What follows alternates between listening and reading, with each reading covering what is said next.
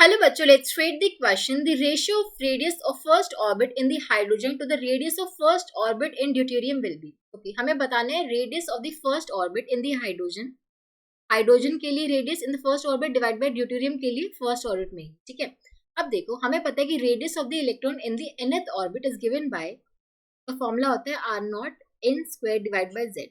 जो R naught होता है इसको हम बोस रेडियस बोलते हैं. जो ग्राउंड स्टेट में रेडियस होती है, ठीक है, इन दी हाइड्रोजन एटम वो होती है. आर नॉट की वैल्यू हमारे पास क्या होती है 0.52 एंगस्ट्रॉम. ठीक है, एन यहाँ पे क्या है, जिस ऑर्बिट में हम बात कर रहे हैं जेड इज एटॉमिक नंबर. अब हाइड्रोजन के लिए जेड की वैल्यू 1 हो जाती है. ठीक है, अब दूसरा क्या है ड्यूट्रियम. ड्यूट्रियम भी देखो आइसोटोप है हाइड्रोजन का.